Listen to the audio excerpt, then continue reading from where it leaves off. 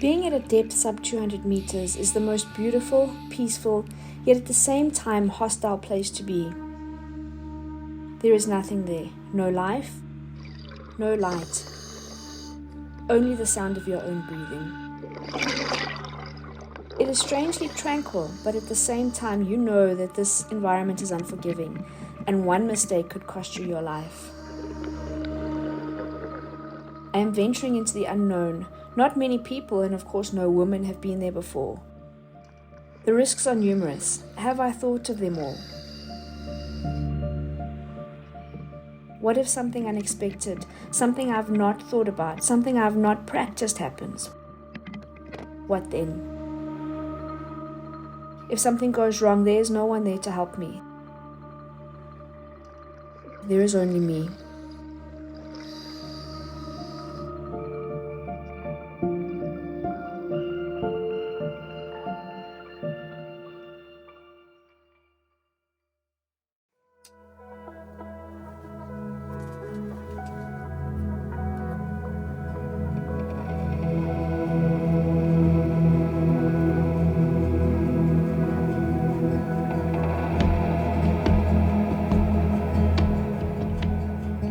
Breaking the women's world record has always been something that's been at the back of my mind very early in my diving career.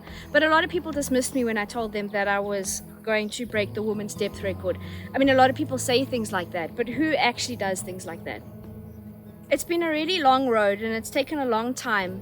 I did my first 100-meter dive in around 2016 or so, and then started progressing, adding a little bit of depth at a time. 100 meters, 110, 115, 120 meters, until I felt confident enough to tackle the women's depth record. Karen is a go-getter. That's just the person she is. She's goal-driven, and it was always a goal. Since we were together, it was something that she wanted to do. I started diving while I was on holiday in the Eastern Cape in 2001. My parents bought me a diving course as a birthday gift, and I really enjoyed it. I then went on to do my advanced open water while we were there, and then when I returned back to university, I joined the underwater club. That's really where my diving journey started, and I had the opportunity to be trained by some very experienced instructors. When I think about diving mentors, one is obviously Nuno Gomes, who I've done most of my technical diving training with. He has a wide wealth of knowledge and experience and has been a huge inspiration in my diving journey. In 1996, Nuno Gomes set a new men's cave record with a depth of 282.6 meters, and then in 2005 set a new world sea record with a depth of 318.25 meters. Werner van Schaik, who dived to a depth of 221 meters, setting a new women's world record in 2004, is another influence. She really paved the way for women in technical diving, proving that it was also possible for women to do these kind of dives. Hearing their stories about their journey towards those records, the highs and the lows, made me want to be part of something like that. At the same time, I'd started my deep diving journey in the ocean, and it was becoming logistically more and more difficult to go deeper. Given the currents that we have on our South African coastline, sometimes the big swells that we encounter, it was becoming too dangerous to go any deeper. So I had to make a decision. If I was going to continue on this journey to break the women's world record, it would have to be in a cave. When I started cave diving, it really scared me. Being in an overhead environment where you could easily get lost with no light seemed like a very bad idea to me. It was only when Peter Reed, my deepest support diver, came back from traveling abroad and he needed a cave diving buddy that we started diving a little bit more in the caves together. And now, after a few hundred cave dives, I enjoy the quietness and the stillness of being inside a cave. And if you give me the option of diving in the ocean or diving in a cave, the cave would win every time. Boesmansgat is the third deepest freshwater sinkhole in the world, and all the diving greats have dived there. It's located in the Northern Cape province in South Africa on a game farm called Mount Carmel Safaris, and it bottoms out at around 290 meters. The entrance is really a small crack or chimney about 2 meters wide, and as you descend, the cave opens up wider and wider. Once you're in the water, the diving's quite easy. It's dangerous because of the depth and the fact that if you swim off the line and you lose the line, it's probably going to be fatal.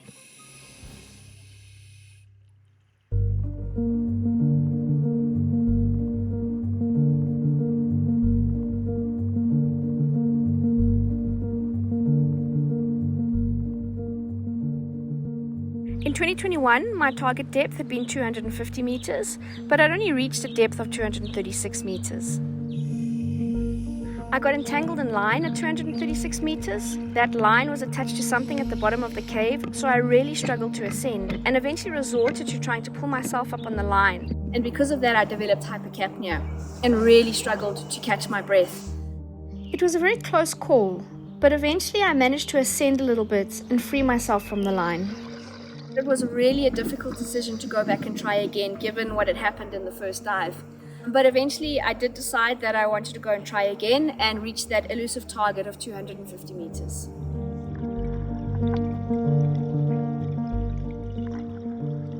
We decided that we were going to do this a year ago. And we already started putting plans in place then and discussing the logistics and everything. It's an expedition, essentially. And you've got to make sure that everything is 100% right. I have a really incredible team of support divers, and without them a dive like this is not possible.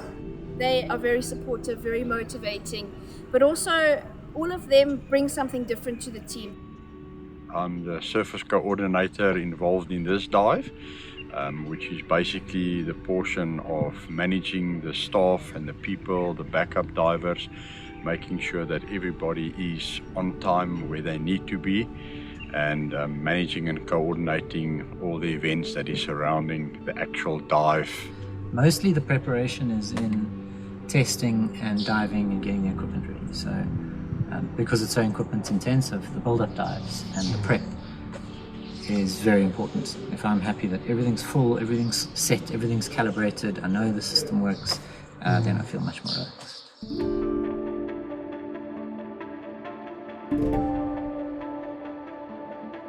I am deep support, so I will go down to meet Karen at about 200 meters. But I'm excited. Nervous, obviously. It's a big dive, and a lot can go wrong. So I was very nervous, especially before the dive. A million things going through my head, questioning why am I doing this? You know, do I really want to do this? Knowing that the risks involved and knowing that other women have attempted to break records and have lost their lives, unfortunately, in the process. Obviously, it's your spouse, your life partner, doing an extreme activity like this. I was nervous, but there's also a certain calm about it. You know that you've planned properly, you've prepared properly, and then everything goes quiet when the dive starts. So there's a certain calmness, but it's a certain nervousness that goes with it.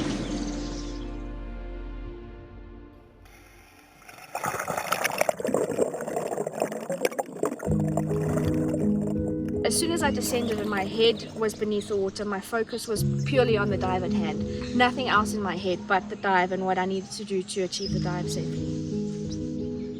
But I did take time to look around, and I made a conscious effort to make sure that I had a look as I was going down, to make sure there was no line or anything down there that I could potentially get tangled in.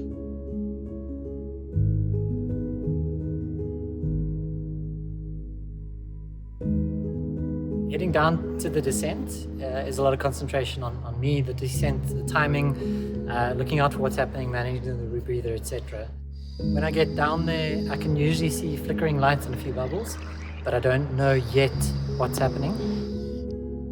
The risks involved with this kind of diving is essentially a combination of the risks that you have when you're deep diving and cave diving. So anything from getting stuck in line to gas shortages, to having light failures, to having inflator problems on your BCD, as well as issues with your dry suit, having leaks, as well as nitrogen narcosis and high pressure nervous syndrome.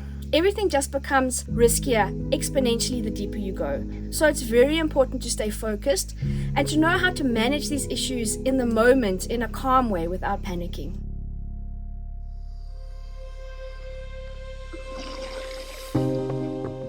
I'm approaching 180 meters now, descending quite slowly.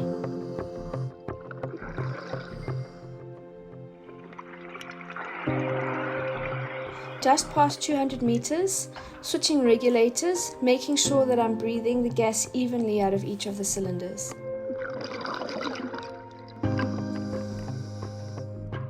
Approaching 220 meters, checking my gauges, making sure I have enough gas to continue with the dive.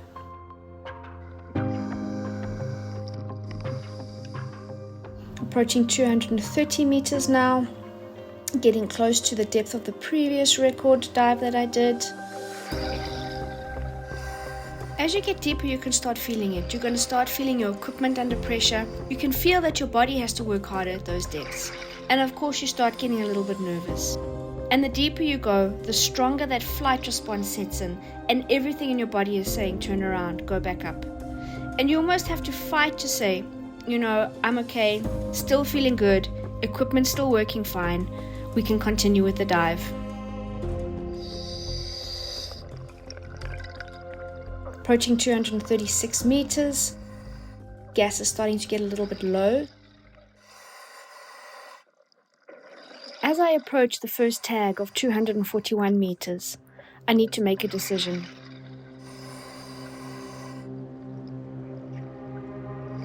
My goal was to reach 250 meters. The next tag is just there. It's 5 meters deeper, and I could just go 5 meters and take the next tag. But at that depth, you breathe your gas really, really quickly.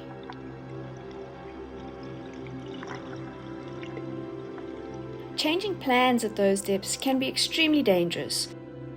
So that's why at the first tag of 241 meters, I decided that I needed to turn around.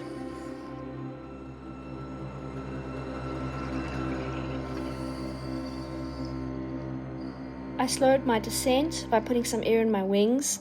I then held the line and then took the tag off and clipped it onto a D-ring on my computer. It took a few attempts to get the tag onto the D-ring because my hands were shaking slightly. And once I took it, I then started inflating my wings to start my ascent. And that actually catches you a little bit because it takes a really, really long time for your wings to inflate. Those 15-20 seconds feel like an eternity while you're waiting to start ascending.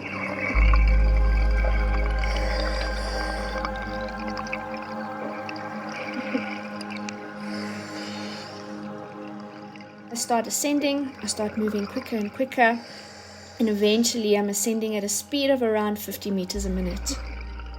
I come up to Peter Reed, my deepest support dive, at around 204 meters. He was waiting there for me and I overtake him. He then also starts his ascent. The first time I see Karen, she came past at quite a speed. At that point, I didn't know if she had the record. All I knew was that she was alive. So then I start inflating and chasing her, essentially, catch up to probably around 150 meters or so. So we start communicating and signaling to each other. I also show him the tag that I took from 241 meters. I can see the tag, I can see the depth. She's made the record and she's fine. Until the first diver comes with news, you are always on edge until that time. When the first news arrived, I was extremely relieved when he said Karen was in good condition and she had got to 241 meters. I was extremely happy, extremely proud. At this point in the dive, I start to feel a little more at ease. I've made it back from the deepest part of the dive, and I have other divers with me now that can assist me if I need it. And for a moment I reflect on what I've just done. I did it. I've set a new world record. But the moment is fleeting, as I need to remain focused. I have a long way to go with a lot of decompression time still before I reach the surface.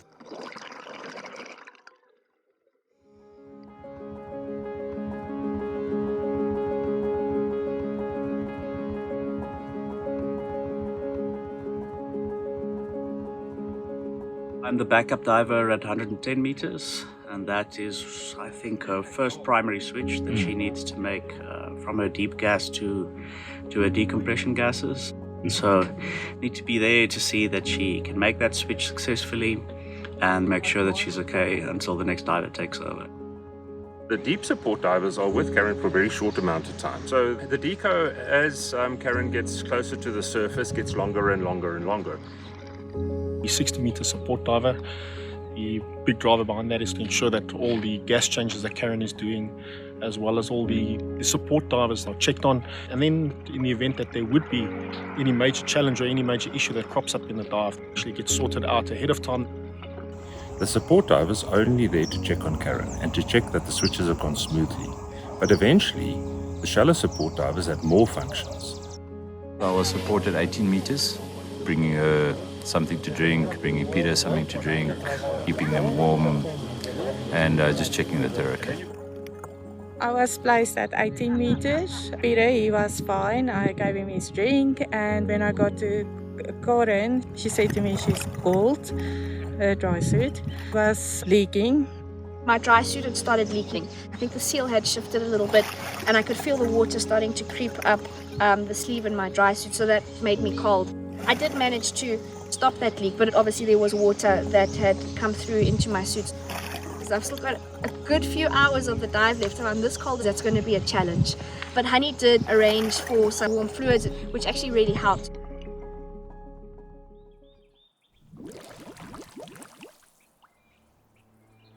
I was the last person in the water with Karen at 3 meters while she was decoing on oxygen, and I surfaced with Karen, so we surfaced at the same time. I was extremely elated and relieved that she had made it out and that she had managed to break her record.